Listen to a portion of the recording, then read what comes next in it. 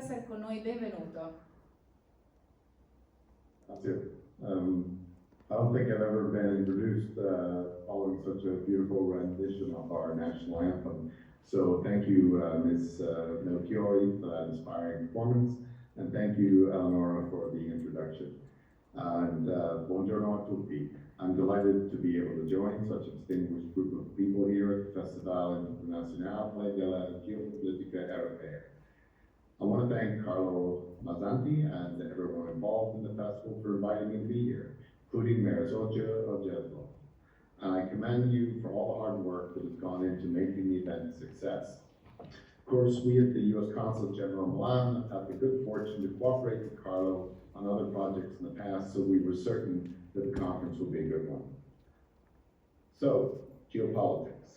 It's one of those terms that's grown to encompass a whole range of theories and practices related to international relations.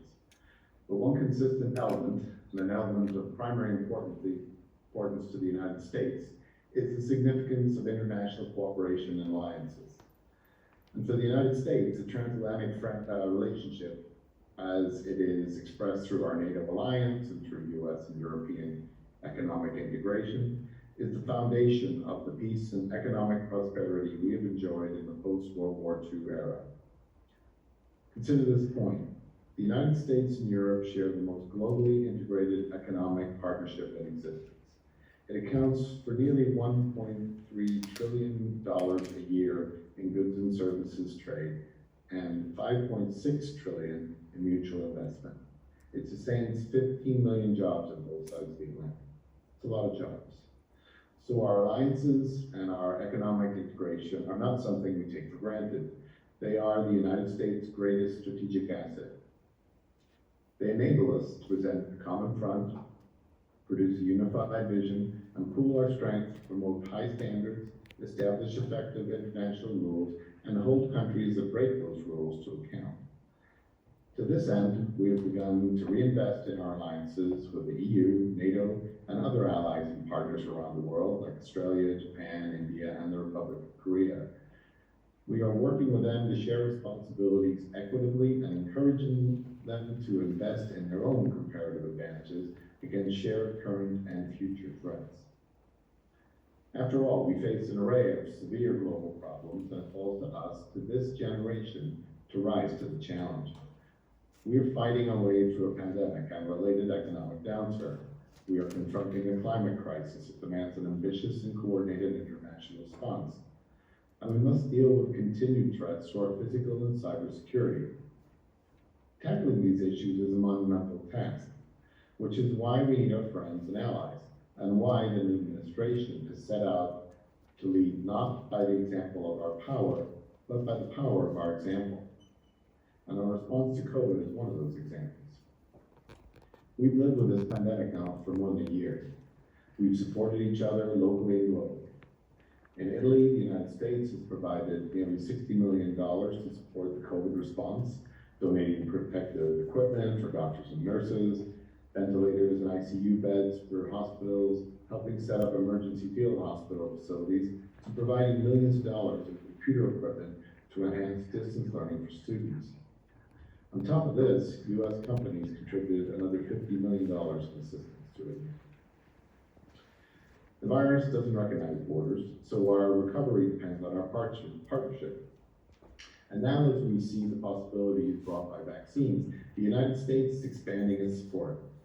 Our early investment in vaccine research and development has brought multiple vaccines to the world market. The United States pledged $4 billion to support COVAX, the worldwide initiative to support vaccination around the globe. Last week, President Biden announced his intent to share 60 million AstraZeneca doses once the vaccine is approved by the U.S. government. And just this past Wednesday, the Biden-Harris administration announced its support for the waiver of intellectual property protections related to COVID-19 vaccines in an effort to get as many vaccines to as many people as quickly as possible. The administration believes strongly in intellectual property protections, but it also recognizes that the extraordinary circumstances of the COVID-19 pandemic call for extraordinary measures. Yet recovery from the virus is more than just vaccines. We must work together to rebuild and grow our economies.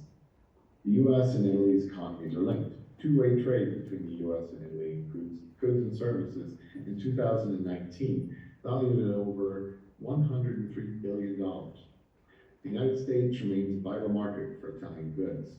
We are Italy's third largest destination for exports, with nearly $50 billion in Italian goods exported to the US market in 2020. Because of the strength of this economic relationship, moving forward in reviving our respective economies requires working in tandem, and not just bilaterally, but in coordination with the EU. Let me change direction here for a bit. As pressing as the pandemic and its economic fallout are, looming for us is a climate crisis that, without putting too fine of a point on it, is on a whole different scale. As most of you undoubtedly know, we've rejoined the Paris Agreement, and we've signaled our commitment to advancing action at home and around the world to reach net zero emissions globally by mid-century and to keep the limit of 1.5 degrees Celsius average temperature increase within reach. This is a target that scientists have told us over and over that if we don't reach it, we'll have passed the point of no return. 2 weeks ago, President Biden brought together leaders from around the world to discuss the climate emergency. The summit was a key milestone on the road to the UN Climate Change Conference, COP26, which will take place this November in Glasgow, Scotland. The steps countries take this year to set the world up for success will make all the difference. To keep the vital goal of limiting warming to 1.5 degrees Celsius within reach, we need to get on the right path right now. At the Earth Day Summit, the President announced a new emission target for the United States, a 52% reduction in carbon emissions by 2030. We also welcomed the ambitious targets announced by Japan to cut emissions to 50% below the 2013 levels, almost doubling their current target. By Canada, reducing emissions by 45% below the 2005 levels. These are welcome steps, and they show that together we have a chance to mitigate the threat the crisis poses. We also have a chance to reshape the climate emergency into an opportunity to build a better and stronger future than our past. As I noted before, we often talk of the threat climate change poses, but we need to shift our thinking to talk about the opportunity that addressing climate change provides. We should think of the climate emergency as an opportunity for economic growth and development, an opportunity, as President Biden said, to create millions of jobs around the world, jobs that bring better quality of life and greater dignity to the people performing those jobs in every nation. Can we do it? I think we can. The United States and Italy are two countries that have long histories of innovation in the fields of science and technology. The same skills and talents that brought us everything from the electrochemical battery to the first human-controlled drone flight on Mars, these are the skills and talents that will launch our green industrial revolution. Taking on this challenge will require us to mobilize financing at an unprecedented scale. Already we've seen the private sector recognize the opportunity. Hundreds of billions of dollars have been invested worldwide every year in projects that will enable us to meet our net zero emission goals. But the private sector can't meet these challenges alone. Governments have a critical role to play in both passing regulations and laws that promote sustainability and net zero carbon emissions, and in choosing how to spend and invest public funds. Finally, I want to mention that as we look at our challenges through the lens of geopolitics, we must foster international cooperation on cyberspace security issues. We are already cooperating with partners in Europe and around the world to promote responsible state behavior in cyberspace. We've seen the damage malicious cyber activity can do. If we want to contain these threats, we must act together with a view toward promoting an open, interoperable, reliable, and secure internet. I know cybersecurity is the topic of this conference, and I am sure some of the other issues I've raised will come up during the conference. There is a tremendous amount of expertise gathered here. It's reassuring that we're having these important conversations and laying a foundation for future action.